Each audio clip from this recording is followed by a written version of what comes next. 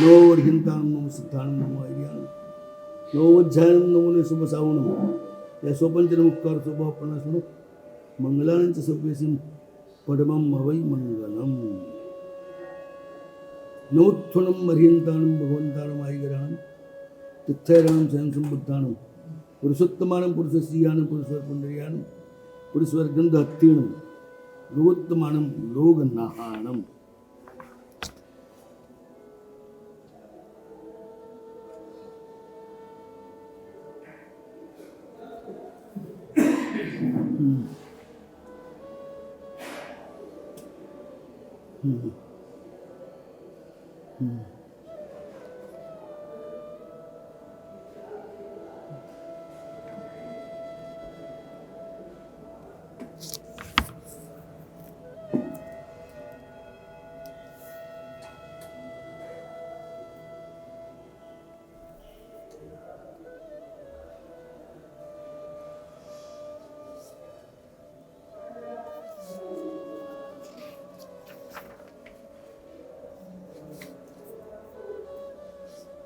નાથ લક્ષણ તથા લોકનાથેભ્ય.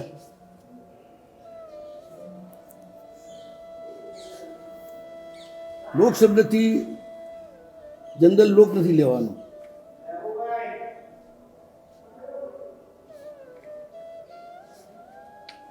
રાગ આદિ ઉપદ્રવથી જેનું જે રક્ષણીય છે અને ધર્મના બીજનું જેનામાં આધાન થઈ શકે એવા ભવ્ય જીવો લેવાના.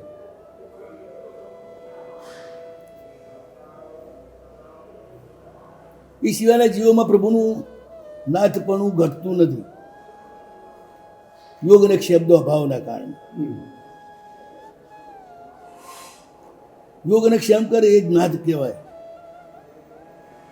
જો યોગ અને ક્ષેમ ન કરે તો મતલબ કંઈ જ નથી. જે રાજા આપણી પાસે જે નથી મેળવીને આપતો હોય, મળેલું છે એની રક્ષા ન કરી શકતો હોય, એવા રાજાને શું કરવાનું? એનું આશ્રય કરવાનું શું? યોગ અને ક્ષેમ કરે તો જ એનું નાથપણું ઘટે.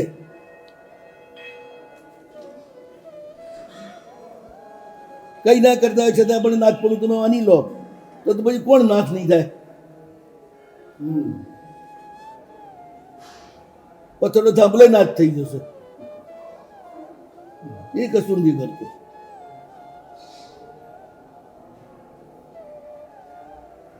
એટલે કે બહુ મોટા છે માટે નાથ થઈ જવું નથી. મોટો પાડ હોય, મોટી ભીતો હોય, વિશિષ્ટ ઉપકાર કરે એ નાથ કહેવાય. તો પ્રભુ શું વિશિષ્ટ ઉપકાર કરે?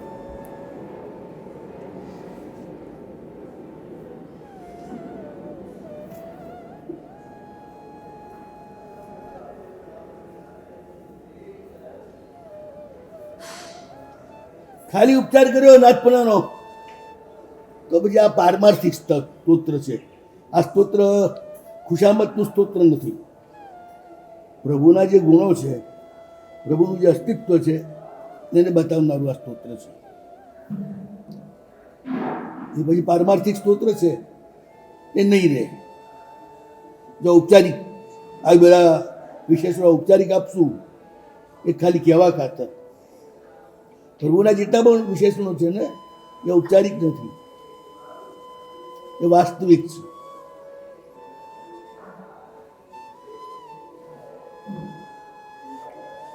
તો યોગ શું? ધર્મના બીજનું આધાન, એના અંકુરા ફૂટવા અને એનું પોષણ કરવું. આધાન, ઉદ્ભેદ અને પોષણ, આ ત્રણ દ્વારા યોગ ધર્મ સાથે પ્રભુ કરાવે છે. ધર્મની પ્રશંસા આવે એટલે બીજ પડે.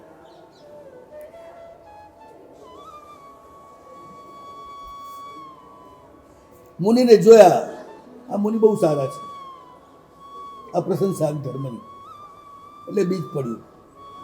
પ્રતિમા જોઈ, પ્રતિમા બહુ સુંદર છે, પ્રભુનો વરઘોડો બહુ સુંદર છે, ટાંગી બહુ સુંદર છે. આ પ્રશંસા થઈ, એના કારણે ધર્મનું બીજ પડ્યું. એ બીજ પાછું મોટું થાય, ફૂટીને અંકુરા થાય. એના બોલે પ્રશંસા આગળ વધતી જ જાય. પ્રશંસામાંથી કંઈક સક્રિય એની સાથેનો સંબંધ. આજ ભગવાન બહુ સરસ છે એવું લાગ્યું, કાલે જ ભગવાન બહુ સરસ બને માટે આંગી વગેરે કરાવવાનું મન થયું, પછી એનાથી આગળ ઉત્સવ કરાવવાનું મન થયું. એ પ્રભુના નિમિત્તે જ થયું ને.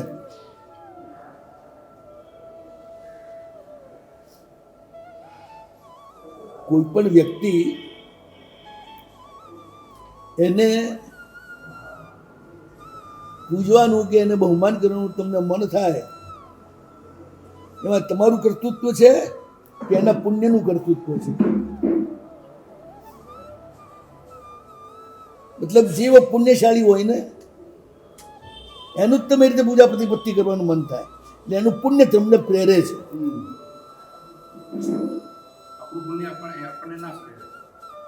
એનું પુણ્ય તમને પ્રેરે છે પ્રભુની એ રીતે ભક્તિ કરવા માટે. પ્રભુનું પુણ્ય એ રીતે ભક્તિ કરો એટલે તમારું પુણ્ય બંધ થાય. મુખ્ય તો શું, પ્રશંસાથી જે બીજ પડ્યું ને એ બીજમાંથી આ બધું થાય. પણ પ્રભુ આ કરાવે છે, યોગ તો પ્રભુ કરે છે ને, એ દ્રષ્ટિએ કહું છું. પ્રભુને બદલે બીજો કોઈ પથ્થર હોત તો તમને મન થાત, તમે એને જોઈને રાજી થાત? પ્રભુની આકૃતિ જોઈ, એમની પૂજા પ્રતિપત્તિ જોઈ તો તમે આકર્ષાયા, આનંદિત થયા. જેમાં પ્રભુનું પણ ખરો ને પ્રભાવ, માત્ર તમારો પ્રભાવ નહીં.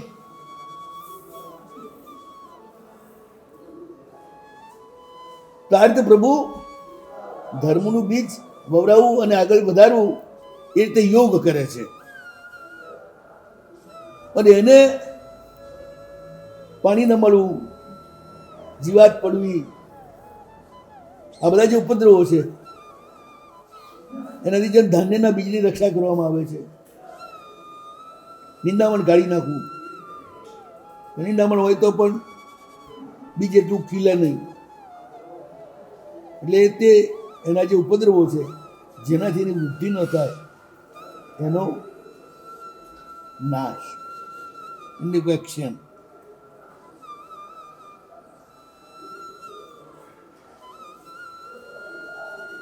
તે જ ભવ્યો લેવાના અહીંયા આગળ,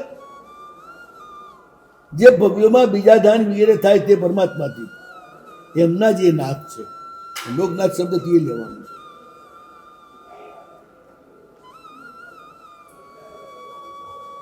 બધા જ ભવ્યો નહીં, પ્રત્યેક તીર્થંકરના નિયત ભવ્યો હોય છે, એટલાનું જે કલ્યાણ કરે. બીજા બધા બાકી રહી જાય. ભવ્ય માત્રનું કરતા હોય તો પછી બધા એક સાથે પતી જાય, પછી પાછળ રાખવું તો આ લાઈન ચાલે જ નહીં ને, સંસાર પૂરો થઈ જાય, સમાપ્ત થઈ જાય. એવું બનતું નથી. જે જીવોની ભવિતવ્યતા બાકી હોય,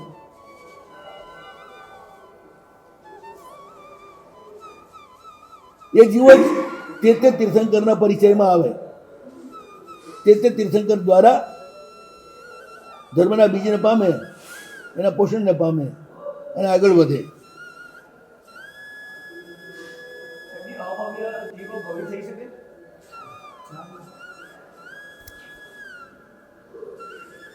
પથ્થર ક્યારે માટી થઈ શકે? ના થઈ શકે. એ વૃક્ષ એટલે વૃક્ષ જ રહે, માટી જેવી ચીકાશે નામ ના આવે.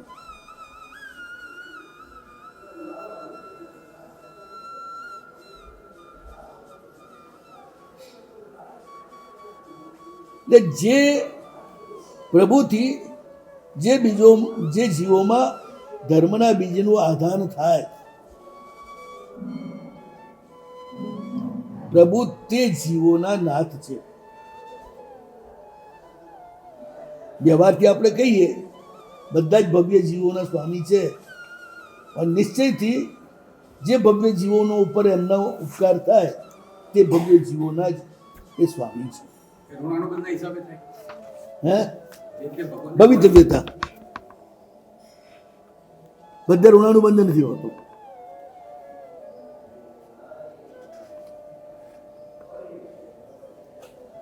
પણ એક નિયતિ અને ભવિતવ્યતા કે તમારું એ પરમાત્માના સમયમાં જ એમના દ્વારા જ કલ્યાણ થવાનું છે.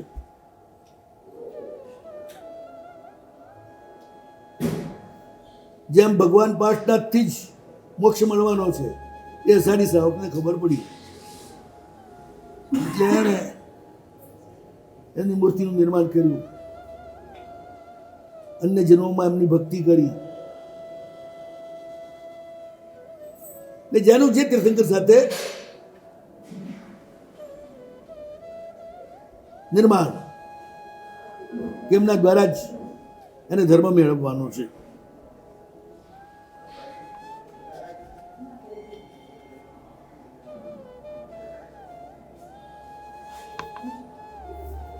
ધર્મ કોના હાથે બીજા દાન પણ કોને થાય? આ પુનર્બંધકને. મોનીય કર્મની ઉત્કૃષ્ટ સ્થિતિએ હવે ક્યારેય બાંધવાનો નથી, એને જ બીજા ધામ થાય. એટલે ચર્માવર્તીમાં પણ આ પુનર્બંધકને જ થાય. હા,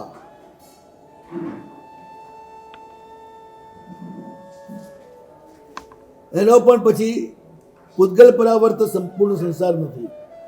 પૂતગલ પરાવર્તની અંદર જ એ મોક્ષે જતો રહે. એટલે એનો એક ચરમ પૂતગલ પરાવર્ત હોય. તો વાતની એક વાત,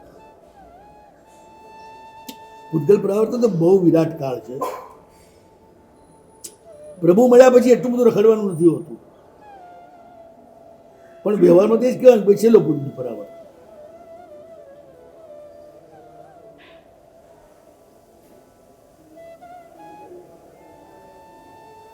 આ પુનર્બંધકનું લક્ષણ શું?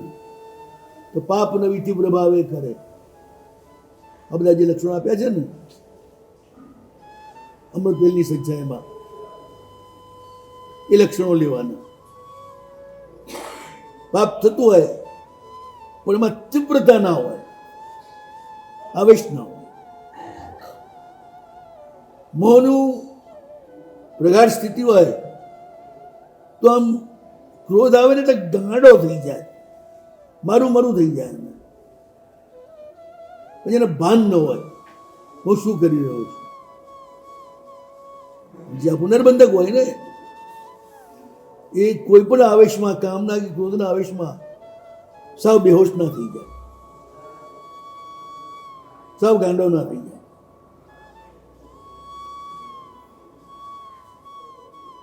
એવી વ્યક્તિમાં જ ધર્મની બીજ વવાય. તો લોકોત્તમાનમ સર્વ ભવ્ય જીવોમાં પ્રભુ ઉત્તમ છે. વિશિષ્ટાત્મ દ્રવ્ય તથા વિભક્ત હોવાના કારણે અને લોકનાથ તેમના શાસન દરમિયાન જેટલા જીવો યોગ્ય એમના પરિચયમાં આવે એ બધાને ધર્મનું બીજ આપવું અને આગળ વધારવા, આ બધું કામ કરવાના કારણે એ લોકનાથ છે. લોક હિયાણમ.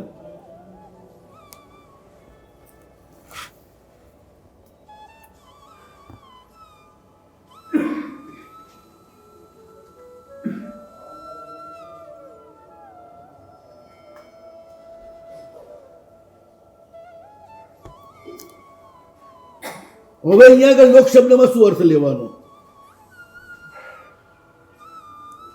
તો 50 મય સમગ્ર વિશ્વ, બધા જ જીવો. અને 50 મય આ વિશ્વ એના હિતકારી છે. પણ વ્યવહારિક લોક લેવાનો ને જ્યાં ત્રસાદી ભેદથી ભિન્ન પૃથ્વીગાય, અપગાય, દીવગાય, ભાવગાય, વનસ્પતિગાય આ બધા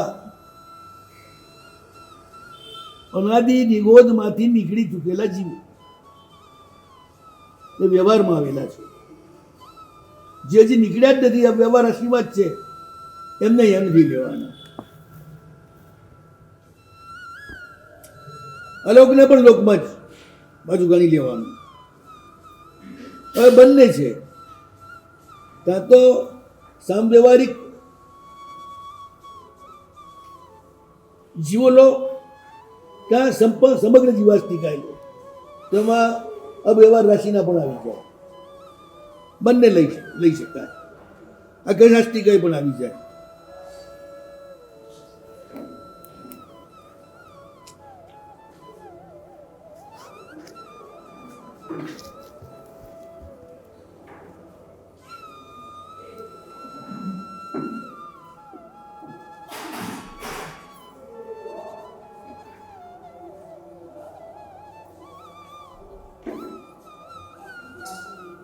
હવે આવા લોકને માટે હિતકારી છે પરમાત્મા. કઈ રીતે હિતકારી છે?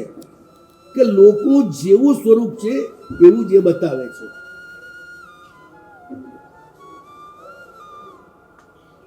સમ્યક પ્રનિરૂપણા કરે છે કે આ લોક આવો છે, જીવોના આ રીતના ભેદ છે, જીવોના આ લક્ષણ છે, પૂતગલનું આ લક્ષણ છે, કાળનું આ લક્ષણ છે, ધર્મ આ કહેવાય, ધર્મ આ કહેવાય, આકાશ આ કહેવાય. આ રીતે જેનું જેવું સ્વરૂપ છે એવું પ્રભુ બતાવે છે. ક્યાંય કહેતા ક્યાંય એને છુપાવતા નથી. નિયમ છે, માણસ જે જેવું ને જેટલું જોતો હોય એ પ્રમાણે ચેષ્ટા કરે. તમારા રસ્તા ઉપર નીકળ્યા, ક્યાંક કાંટા છે, ક્યાંક કાંકરા છે, ક્યાંક ખાડા છે, ક્યાંક ટેકરા છે. આ બધું તમે બરોબર જુઓ છો, અને જુઓ છો ત્યારે તે પ્રમાણે ચેષ્ટા કરો છો. કાંટા કાંકરા ટાળી દો છો, ખાડા ટેકરાથી આઘારો છો. ક્યાંય તમને પોતાને નુકસાન ન પહોંચે એ રીતે તમે ત્યાં આગળ રોડ ઉપર ચાલો છો.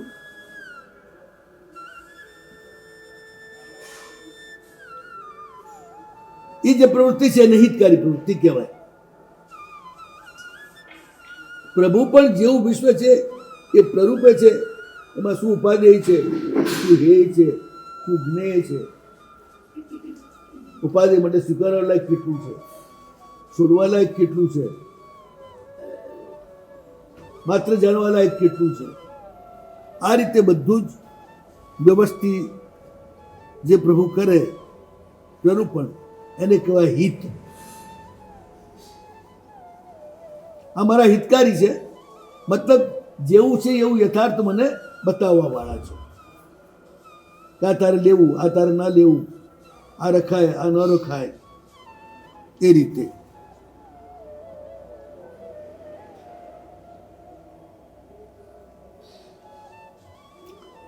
તમે યથાર્થ ન જાણો તો તમારું ઇષ્ટ સી રીતે સિદ્ધિ થાય? તમને ઈચ્છિત કઈ રીતે મળે? તમે ક્યાંય જઈ રહ્યા છો, રસ્તો પૂરેપૂરો જાણતા હો તો જ્યાં પહોંચવાનું છે ત્યાં પહોંચી શકું. ન જાણતા હો તો કેવી રીતે પહોંચો?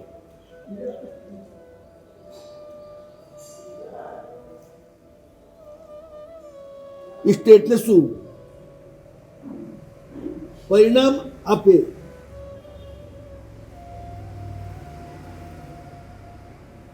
એવું હિત જે આપણને પરિણામ આપે કંઈ પણ. અતિરોગી વ્યક્તિ હોય ને એને પથ્ય અન્ન અપાય અને સ્વાદુ અપાય. હવે બે સ્વાદ નહીં. એ જેમ એને ઈષ્ટ છે, એનું આરોગ્ય જે ઈષ્ટ એનું સંપાદનનું કારણ છે, એવી રીતે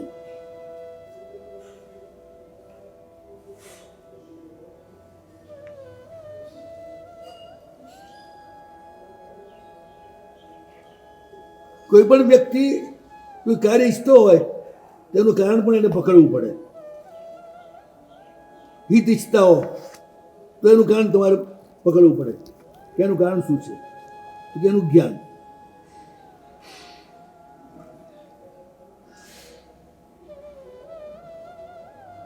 પ્રભુ જો સત્ય માર્ગ ન બતાવે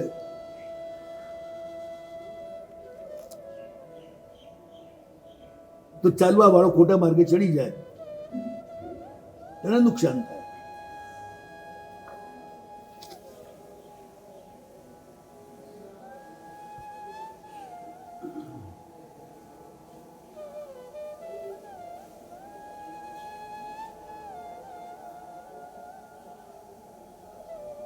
એટલે તમારું કલ્યાણ થાય ને એ રીતની જ તમને પ્રરૂપણા પ્રભુ બતાવે છે. માટે પ્રભુ હિતકારી છે. પાપના હેતુ કયા છે એ પણ બતાવી દે કે આ પાપ છે, આ પાપના હેતુ છે, આ કુશલ કર્મ છે, એનાથી તમારું અનિષ્ટ થશે, તમને નુકસાન થશે.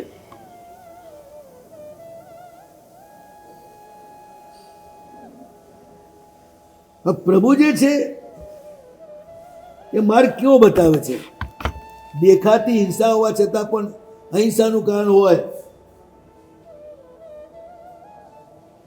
તેની પણ પ્રરૂપણા કરે. અહિંસા બધી પાપ જ હોય એવું નહીં માનવાનું. હિંસા બધી પાપ જ હોય એવું નહીં માનવાનું.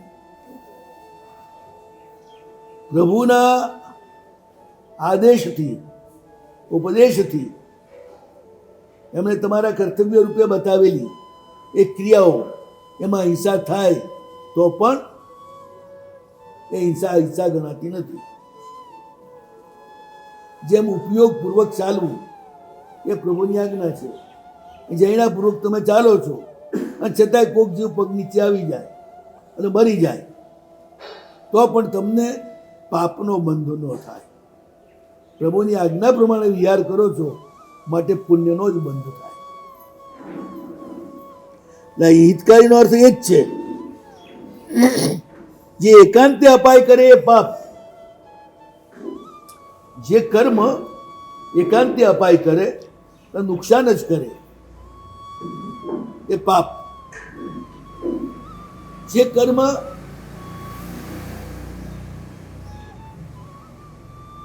હિતકારી હોય એ બધા પુણ્ય. ડાયરેક્ટ હિતકારી હોય અથવા પરંપરા હિતકારી હોય. જેમ ધંધા માટે સવારના પોરમાં જૂના જમાનામાં જ્યારે ગામડાના ધંધા હતા ત્યારે શહેરનો માણસ આજુબાજુના ગામડામાં ધંધા કરતો એટલે એ માલ આપી આવે ઉધાર, પછી હવાના પોરમાં ઉઘરાણી કરવા નીકળી પડે વહેલો, ખાધા પીધા વિના.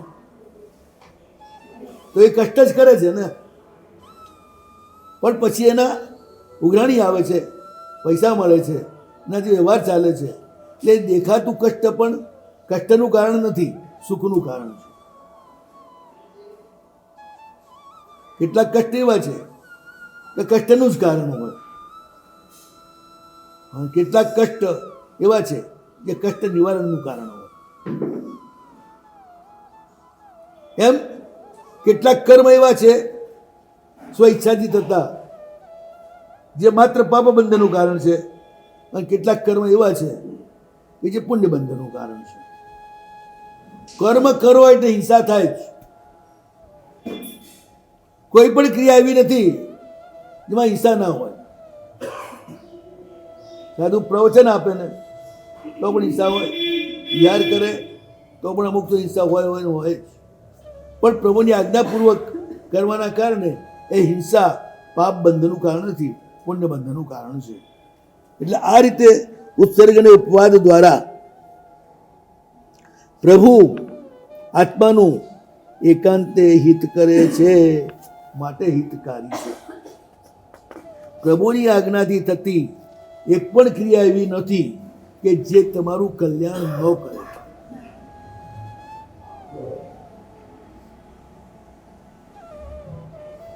ભાઈ ચાહે તો સાધર્મિક ભક્તિ હોય, જેના માટે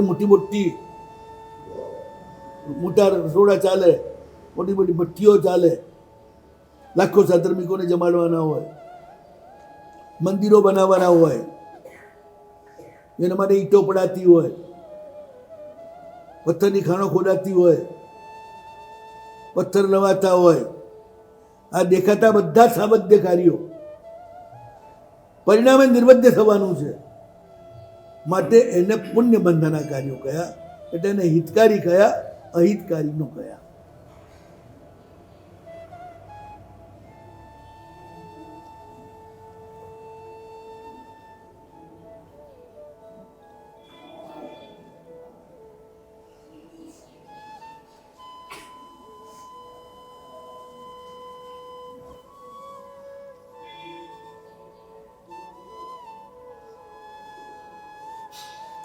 કર્તા ને કર્મ જે છે ને બંને એકબીજાની સાપેક્ષ છે. કર્તાના જેવા ભાવ હોય એ પ્રમાણે કર્મ બંધાય. કર્મ જેવું હોય એવું કર્તાને ભાવ આવે. સંસારની ક્રિયા કરતા હોય ત્યારે અશુભ ભાવ ઉત્પન્ન થાય, ધર્મની ક્રિયા કરતા હોય ત્યારે શુભ ભાવ ઉત્પન્ન થાય. અને ધર્મની ક્રિયા કરે છે માટે એને પુણ્યનો બંધ થાય છે, સંસારની ક્રિયા કરે છે માટે પાપનો બંધ થાય છે.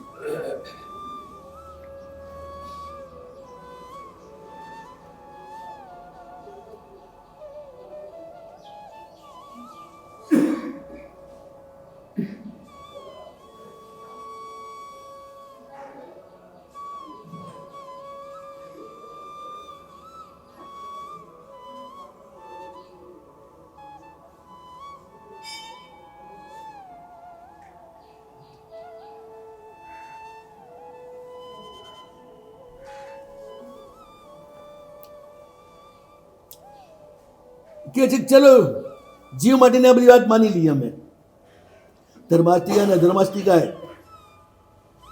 આ બધા દેખાતા જ નથી.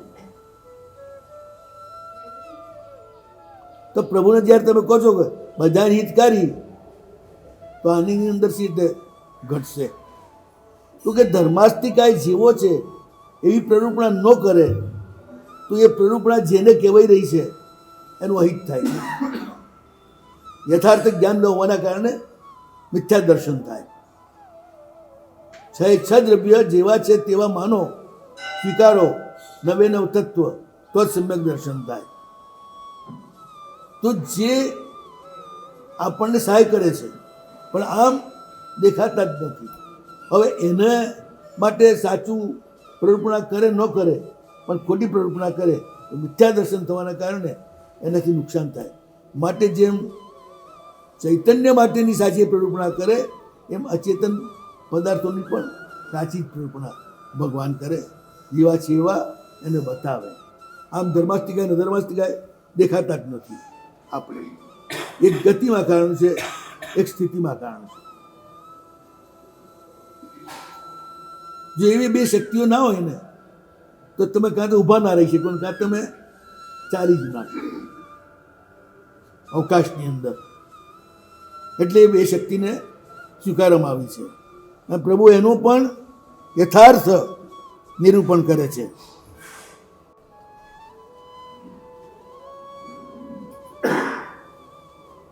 આ રીતે યથાર્થ પ્રરૂપણાના કારણે પ્રભુ લોકના હિતકારી છે.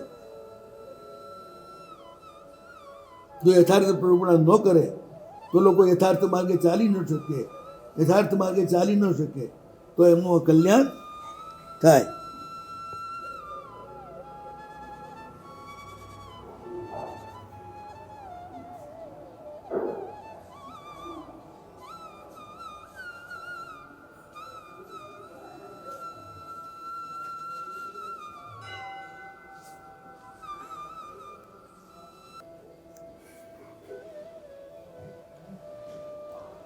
હવે લોક પૈવાણમ,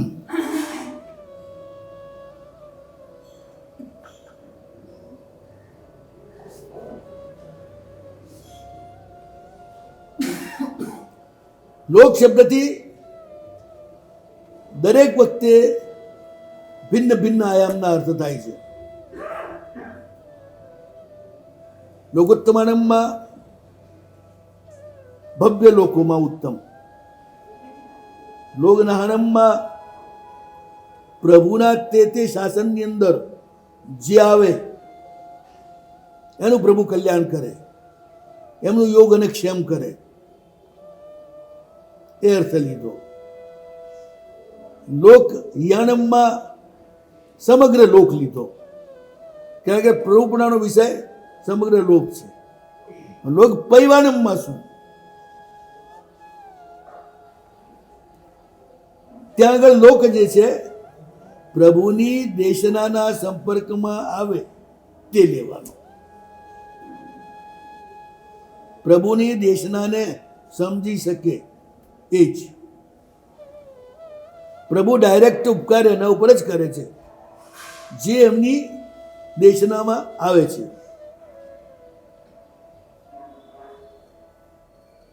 તેમની દેશનાના પ્રકાશ દ્વારા મિથ્યાત્વનો અંધકાર તે જીવોનો દૂર થાય છે.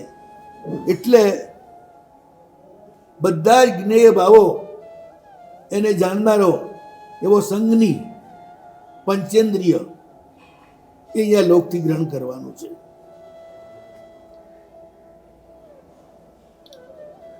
કે પૃથ્વી આપકા તેવું કહેવા વનસ્પતિ ગાય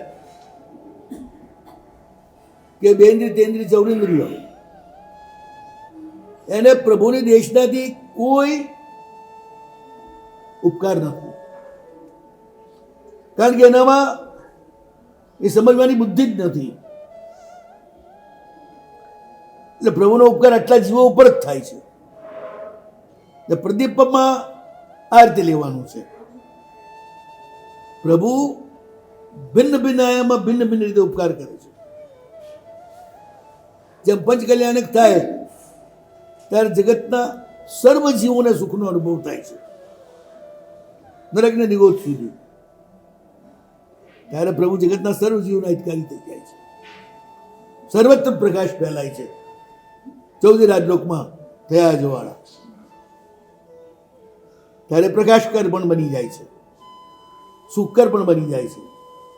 પણ એ આયામમાં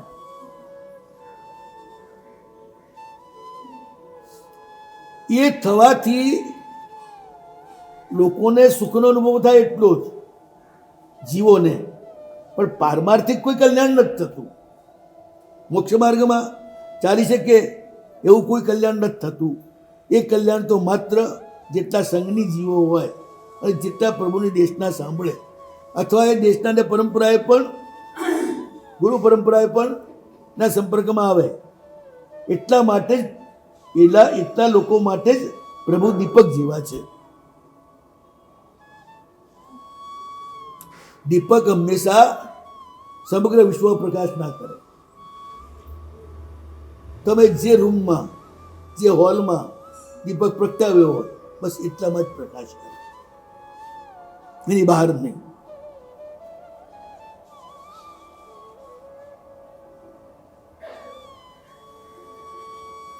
આંધળાના માટે દીવો એ કોઈ મતલબ જ નથી ને. દેખતો એના માટે દીપ કામનો. એટલે પ્રભુ અસંગની જીવો આંધળા જેવા છે, એના માટે દીપક નથી. સંગની જીવો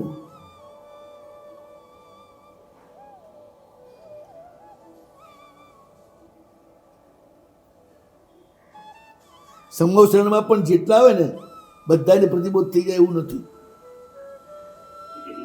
જેટલા અંધ હોય પોતપોતાના મતથી આગ્રહોથી એને પ્રભુની દેશનાથી કોઈ લાભ થતો નથી. જેટલા ખુલ્લા હોય એને જ પ્રભુની દેશનાથી લાભ થાય. આજે પણ એક જોઈએ છીએ ને, પ્રભુનું વચન આજે વિદ્યમાન છે, પણ લાભ કેટલાને થાય? તે વચનથી પ્રભાવિત થાય, એમાં ખેંચાય, એને લાભ થાય. જે માત્ર ભણવા ખાતર જૈન દર્શન ભણે એને કંઈ સમ્યક દર્શન ના મળી જાય. કોલેજોમાં ષટ દર્શનનો અભ્યાસ કરતા હોય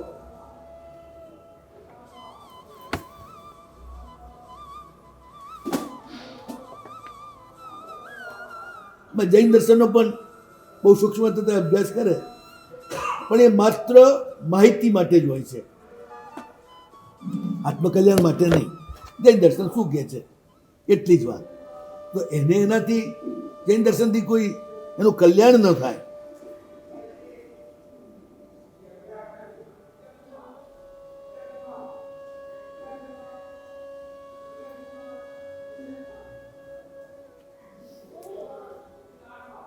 ચલો દેશના સાંભળી લે,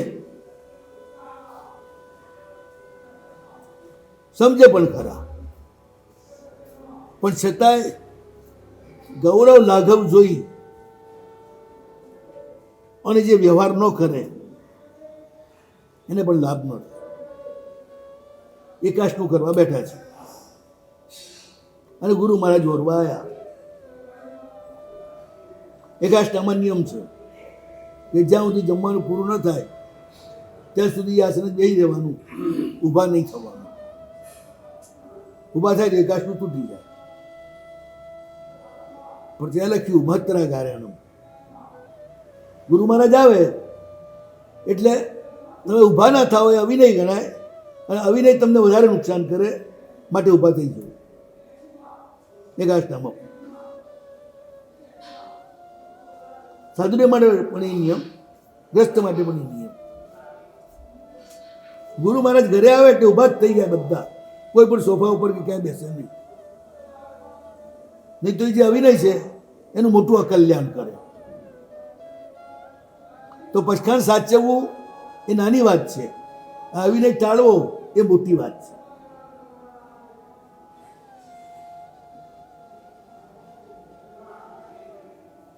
દરેક જગ્યાએ ગૌરવ લાગવું.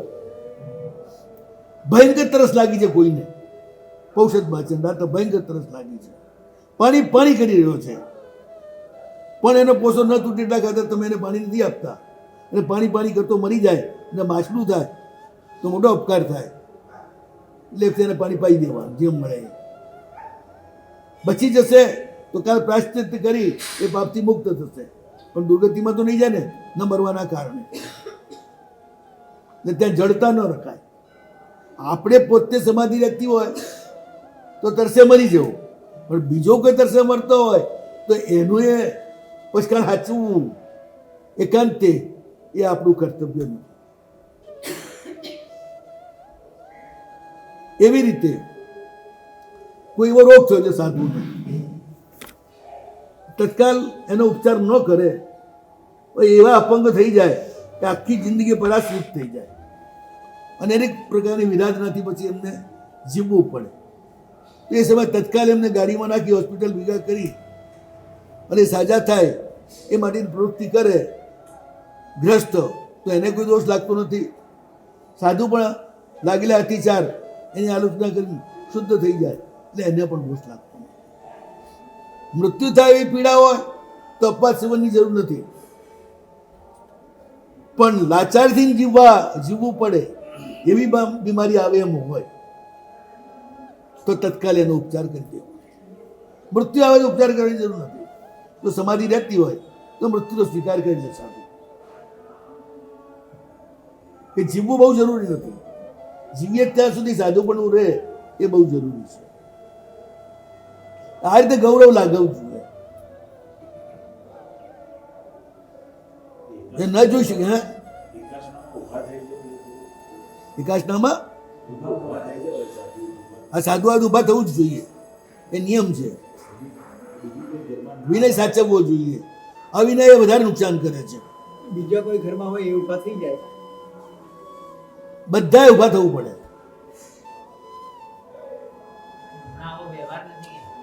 અત્યારે નથી, અત્યારે વિનયનો વ્યવહાર જ નથી રહ્યો ને.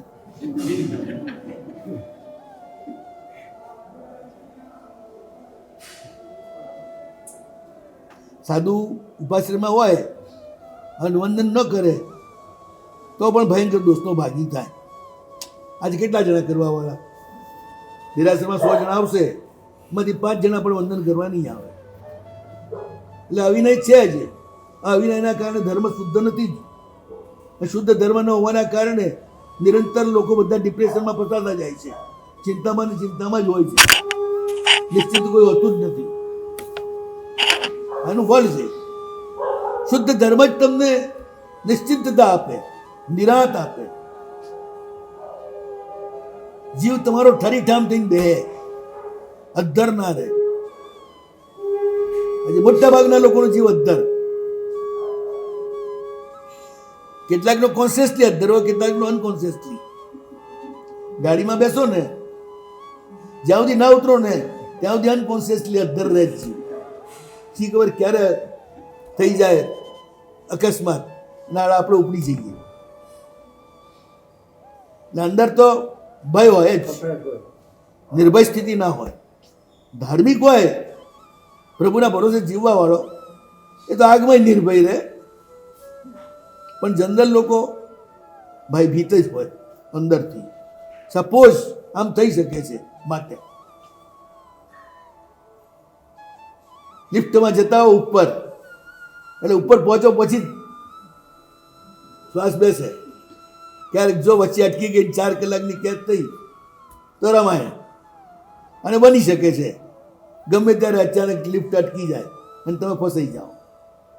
એટલે તમે લિફ્ટમાં ચડો એટલે ઉપર જઈને બહાર નીકળો, કે ઉપરથી નીચે જઈને બહાર નીકળો, પછી જીવને હાશ થાય, હાશ ચલો નીકળી ગયા.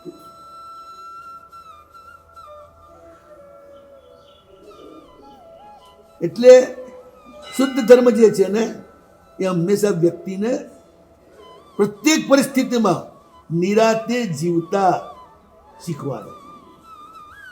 જે વખતે જે મળ્યું હોય એમાં સંતોષથી જીવતા શીખવાડે. દુનિયામાં બધા જ તોફાનોનું કારણ અસંતોષ છે. બધા જ ક્લેશોનું કારણ અસંતોષ છે. અને શુદ્ધ ધર્મનું ફળ સંતોષ છે. જે મળ્યું છે એને માણવાની આવડત આવે.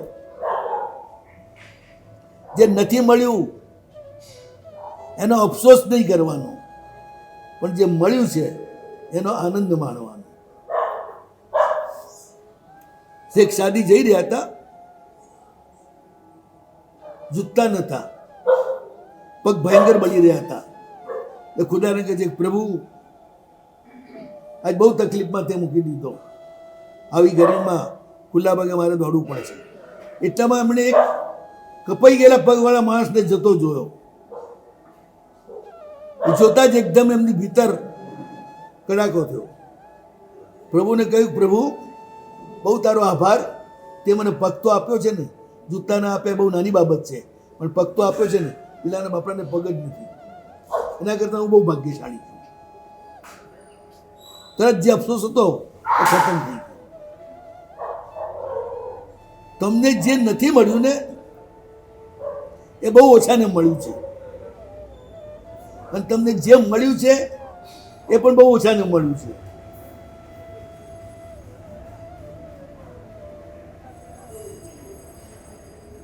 તો જે મળ્યું છે બહુ ઓછાને ન મળે, બહુ ઓછાને મળે એવું એની મજા કરો ને. ચશ્મા ન મળે ચિંતા નહીં, આંખ તો છે ને, પ્રકાશ તો છે ને. મળે ત્યારે પહેરી લેવાના ચશ્મા, ન મળે બહુ રોવાનું નહીં. કારણ કે અંતમાં તો આંખ હોય તો ચશ્મા કામના, આંખ ન હોય ચશ્મા શું કામના. એટલે મળ્યો એનું આનંદ એ શુદ્ધ ધર્મ આપે. પોઝિટિવ થિંકિંગ, નકારાત્મક વિચાર જ નહીં. અને સુખ મળ્યાના આનંદમાં જ છે, ન મળ્યાના અફસોસમાં દુઃખ છે.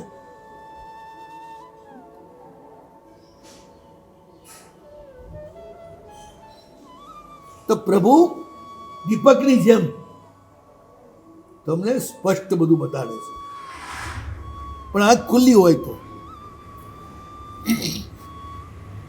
એટલે આ રીતે ગૌરવ લાગો.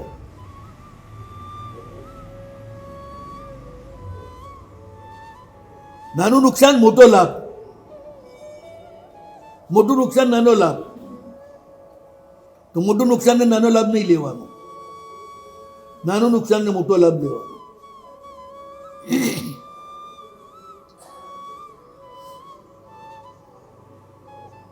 પૂજા કરતા હો, દ્રવ્ય પૂજાનો અધિકાર પૂરો થયો, પછી તમે ભાવ પૂજા શરૂ કરી ચૈત્યવંદન આદિ. હવે એ કરતા કરતા કોઈ ભગવાનનો અભિષેક થતો હોય અને પાછા તમે અભિષેક કરવા દોડો એટલે પાછા ભાવ પૂજામાંથી દ્રવ્ય પૂજામાં આવ્યા એટલે પાછા ફર્યા. તો એવી તમારી દોડાદોડીથી તમને કોઈ લાભ ન થાય, પણ ઉપરથી પ્રભુની આજ્ઞાનો ભંગ થવાના કારણે નુકસાન થાય. પ્રભુએ સ્પષ્ટ કહ્યું છે દ્રવ્ય પૂજાનો અધિકાર પૂરો થયો પછી ભાવ પૂજામાં ચાલ્યા જવું. ભાવ પૂજામાં જઈ અને પાછું દ્રવ્ય પૂજામાં જવાનું નહીં. આ તો એના જેવું થયું 12મીમાં જઈને પાછા 10મીમાં જાઓ, 12મીમાં પાસ થઈને પાછા 10મીમાં પ્રવેશ કરવા જાઓ. એ તો ના ચાલે ને. લોકોને બધા લાડવા ખાવા હોય છે. હા, છતાંય દ્રવ્યથી તો ભાવ પૂજા હોય છે ને. દ્રવ્યથી તો ભાવ પૂજા હોય છે ને. તો તમારી દ્રવ્ય પૂજા ઘણી વખત સંસાર પૂજા જેવી હોય છે. મન સંસારમાં રમતું હોય તો એ દ્રવ્ય પૂજા પણ તમારી પ્રભુને પહોંચતી નથી.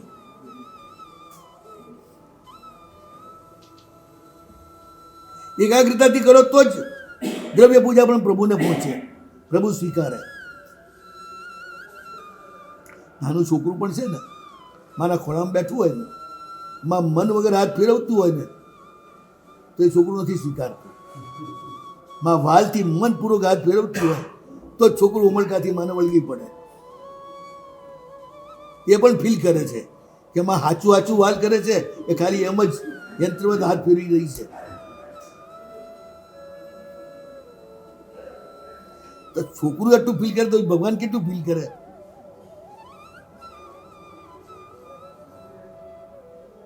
કે હાચું હાચું સમર્પણ કરી રહ્યા છે કે ખોટે ખોટું.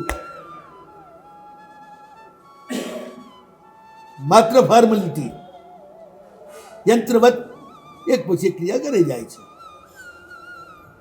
ઠીક છે, લાંબા ગાળે એના સંસ્કાર પડવાના કારણે લાભ થવાનું કારણ છે એટલે અમે ચલાવીએ છીએ.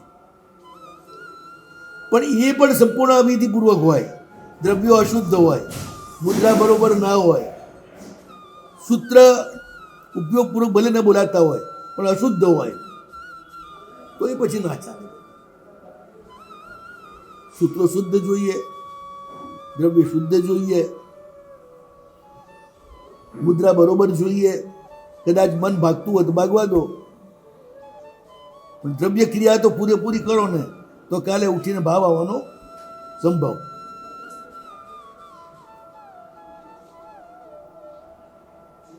એટલે જે લોકોમાં લાભ અને હાનિ સમજવાની શક્તિ નથી, પ્રભુ એનું કલ્યાણ કરી શકતા નથી. જે દર્દી પથ્ય ને અપથ્ય સમજી જ ન શકતો હોય એની દવા કયો વૈદ્ય કરી શકે?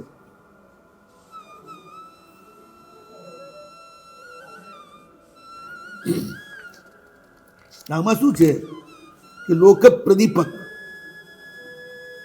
લોકમાં પ્રકાશ કરવો. એટલે પ્રભુ કોને પ્રકાશ કરે એના માટે આટલી બધી ચર્ચા કરી રહ્યા છે કે ભાઈ જે જોતો હોય એના માટે જ પ્રકાશ કામનો. જોતો હોય પણ ઉપયોગ જ ન હોય તો એ ખાડા ટોકરામાં ઠોકાય. જોતો હોય ઉપયોગપૂર્વક જોતો હોય તો કામનું ને. એમને એમ શૂન્ય મનથી હાલે છે તો આંખ ખોલીને કોણ આજુબાજુ છે એ ખબર ના પડે, કશું ના ખબર. આંખ છે કે શસ્ત્ર છે, ખાનો છે કે ટીકરો છે, કાંટા છે કે કાંકરા છે, શૂન્ય મનસ્કપણે ચાલે જતો હોય ખુલ્લી આંખે તોય દેખાય નહીં. પ્રકાશ તેને જ કામનો જે ઉપયોગપૂર્વક આંખ ખુલ્લી રાખીને ચાલતો હોય.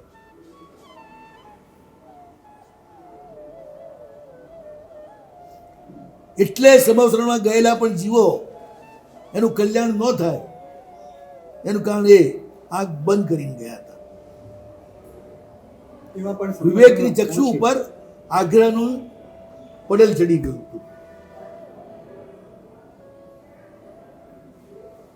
તમે આગ્રહમાં આવી જાઓ ને પછી તમે સત્યને ના જોઈ શકો, કારણ કે તમે જે પકડ્યું હોય જ સત્ય છે એમ તમે માનો.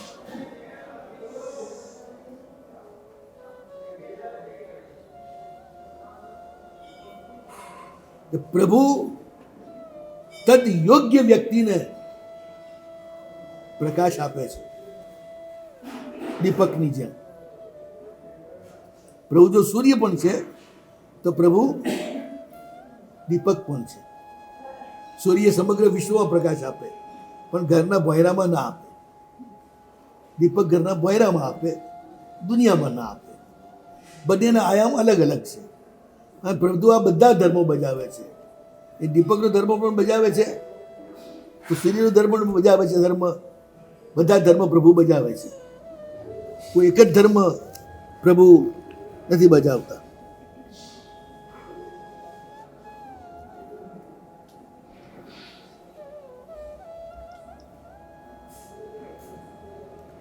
બધાના માટે પ્રભુ દીપક છે.